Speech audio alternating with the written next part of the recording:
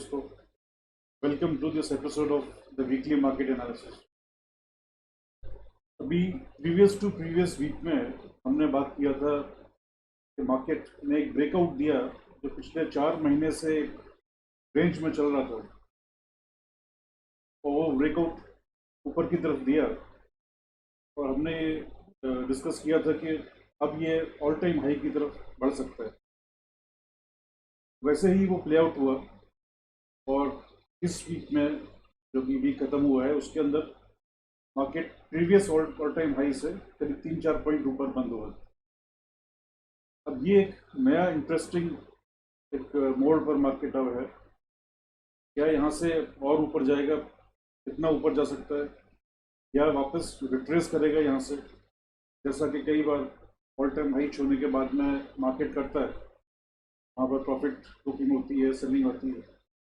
अभी हमने Dow Jones US में भी देखा कि वहाँ पर ऑल टाइम हाई टच करने के बाद ऑलमोस्ट 1000 पॉइंट्स वो नीचे आया, फिर वापस ऊपर की तरफ उसने रुक किया अपनी। तो ये सारी चीज़ें हैं, हम देखेंगे क्या फैक्टर्स हैं जो इन सवालों का जवाब हमको दे सकते हैं, यहाँ से मार्केट का रुख अब क्या होगा। तो let's go to the presentation.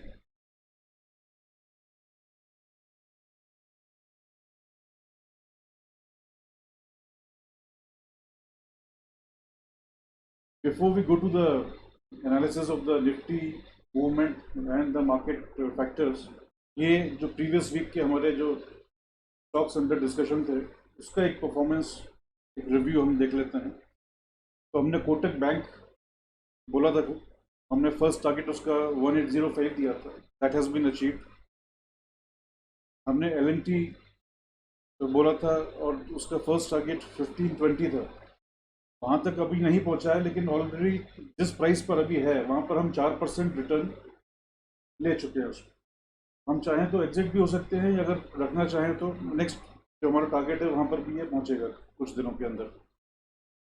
तीसरा था हमारा TCS, उसमें भी जो हमारा पहला टारगेट था 3160 और दूसरा 3200, दोनों ही टारगेट इसके अंदर में पूरे हुए। तो this week has been quite good for अस।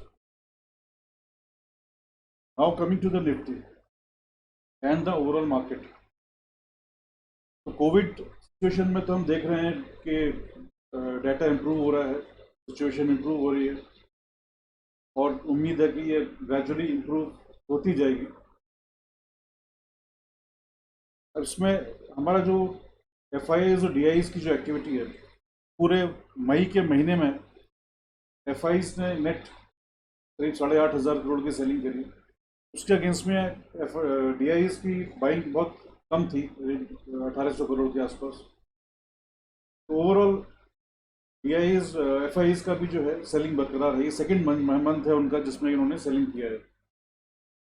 ये एक फैक्टर है जो अपने को क्लोजली वॉच करना पड़ेगा, क्योंकि अगर FIIs की सेलिंग जारी रहेगी तो मार्केट का अपसाइड रिस्ट्रिक्टेड रहेगा, लिमिटेड रहेगा।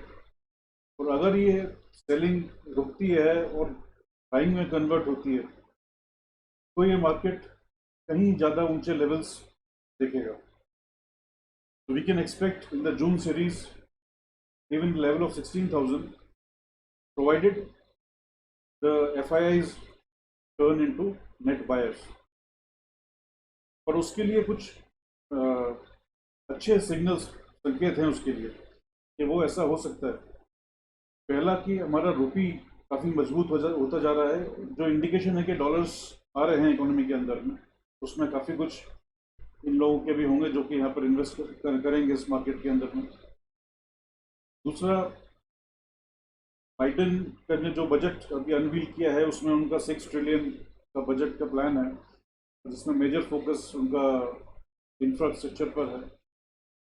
उसका भी एक रब ऑफ इफेक्ट आएगा इंडियन मार्केट्स के ऊपर में to certain extent.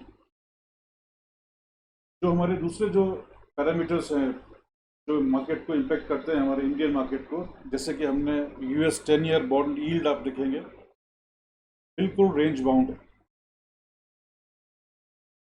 Again US dollar index काफ़ी नीचे चल रहा है और ट्रेंड्स उसका नीचे की तरफ ही है।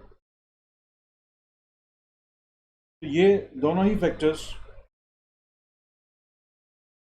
हमारे लिए, even the US 10 year bond yield ये भी बहुत नीचे आ चुकी है और अभी स्टेबल है। ये सारे फैक्टर्स पॉजिटिव हैं हमारे इमर्जिंग मार्केट के लिए। So with these factors plus FIs turning into buyers, the market can certainly go to a great hike. उसके अलावा जो हमारे कुछ हैवी वेट्स हैं स्टॉक, जो हमारे निफ्टी इंडेक्स के और सेंसेक्स के इंडेक्स के, जैसे Reliance, HDFC bank, Infosys, TCS, hero Honda, hero Motors, जो बड़े बड़े स्टॉक्स हैं वो, इवन हिंदुस्तान यूनिलीवर, इनके टेक्निकल टारगेट्स अभी काफ़ी ऊपर है, यानी वहाँ तक ये जा सकते हैं। तो अगर वहाँ तक ये जाएंगे तो निफ्टी इंडेक्स तो इन्हीं के ऊपर बेस्ड है, तो वो इंडेक्स भी ऊपर जाएगा। तो इसलिए given that FIs come back, the flow of dollars continues to Indian markets, और ये कंपनीज मूव करती हैं अपने टेक्निकल टारगेट्स की तरफ, तो 16,000 प्लस के टारगेट्स नॉट वेरी इम्प्रोबेबल, ये आ सकते हैं जून की सीरीज में। Now coming to the negative side of it, अभी इसमें हमारे US का जो इन्फ्लेशन डाटा है, जिसमें कि पर्सनल कंजम्पशन का एक इन्फ्लेशन इंडेक्स है जिसको कि फेड काफ़ी इंपॉर्टेंस देता है, वो स्पाइक किया काफ़ी, 3.1% पर आया हो यहाँ पर। तो ये एक चिंता का विषय हो सकता है। ये सारी स्थितियाँ बदल सकती हैं ओवरनाइट अगर इन्फ्लेशन एकदम से स्पाइक कर जाए तो, US में भी और इंडिया में भी। तो अगर US में स्पाइक किया तो डॉलर का फ्लो यहाँ आने पर रफ्तार ऑटोमेटिक कम हो जाती है, ये एक सिंपल इक्वेशन है।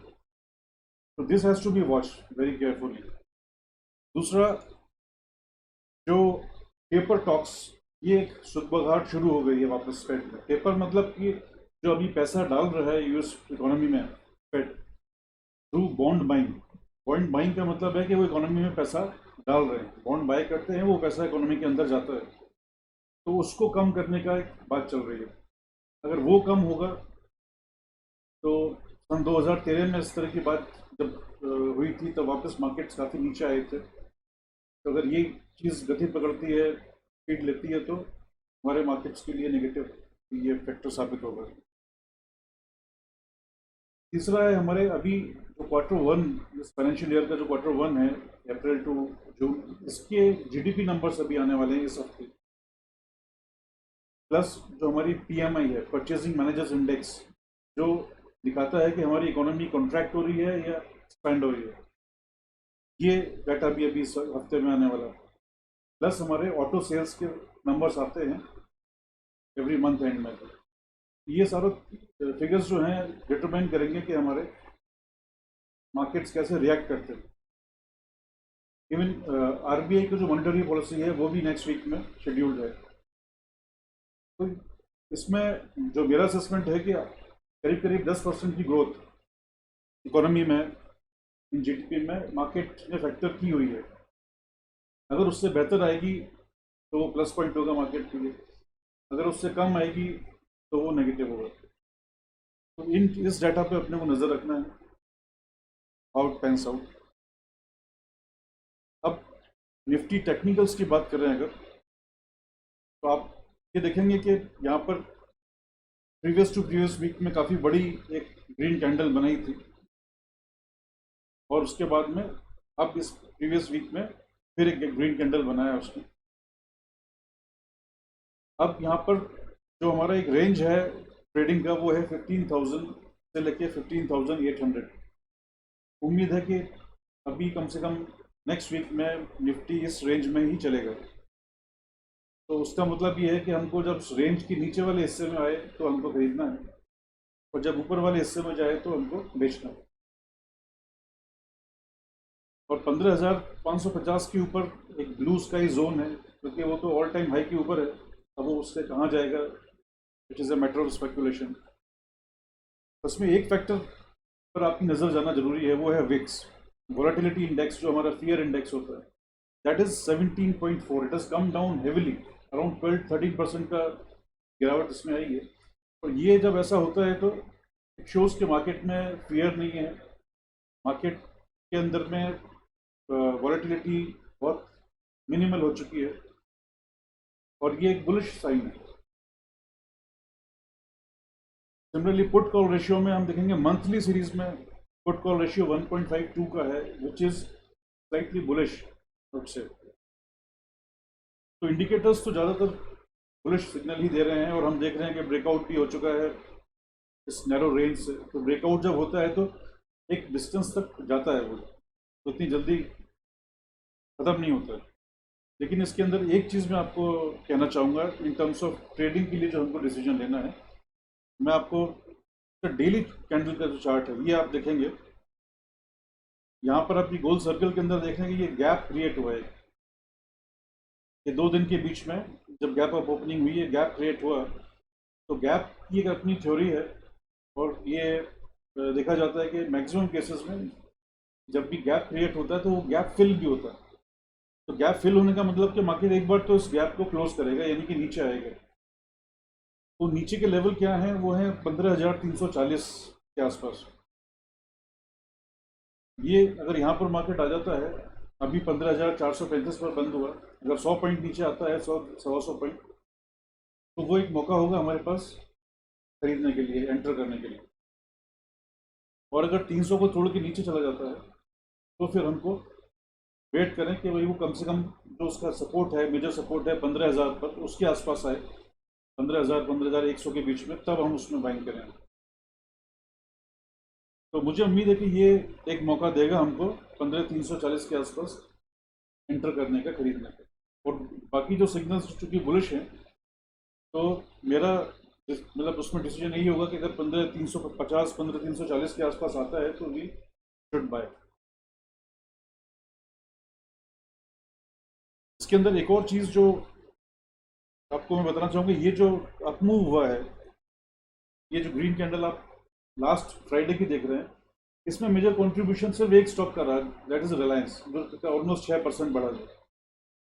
तो इसलिए ये ब्रॉड बेस्ड नहीं था, बैंक ने सपोर्ट नहीं किया, bank Nifty was just flat. तो ये एक स्टॉक की वजह से है, इसीलिए इसके ऊपर में बहुत ज़्यादा इंपॉर्टेंस नहीं दे सकते।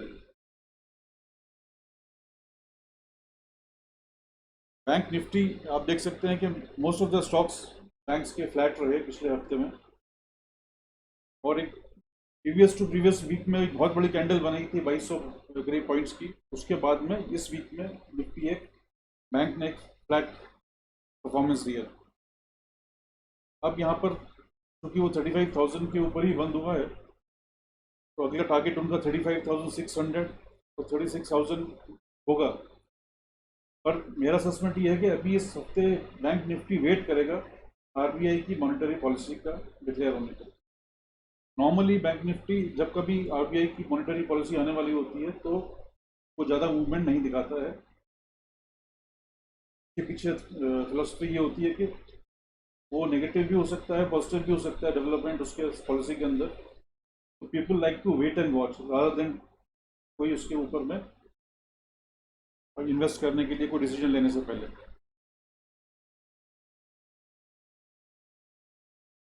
तो friends, this is all for this week. जैसा कि हमने पिछली बार भी बताया था कि ये लास्ट वीक जो होता है महीने का, उस वीक में हम स्टॉक्स डिस्कस नहीं करते हैं, क्योंकि हम वेट करते हैं कि अब जो नेक्स्ट मंथ की सीरीज शुरू हुई है उसमें जो पोजीशंस बनती हैं वो पहले हफ्ते निकलने के बाद थोड़ा क्लैरिटी आती है उसके अंदर। इसीलिए ये लास्ट वीक का जो मूवमेंट होता है स्टॉक्स का, वो कुछ एडजस्टमेंट्स होते हैं प्रीवियस मंथ के, उसके चलते होती है, तो इसलिए उसमें करेक्ट पिक्चर नहीं मिल पाती। तो इस हफ्ते हम कोई स्टॉक डिस्कस नहीं करेंगे। तो till next week, thank you so much for watching this, and for any query related to the market, please feel free to post it in the comment section. I will be very happy to answer it. Thank you. Goodbye.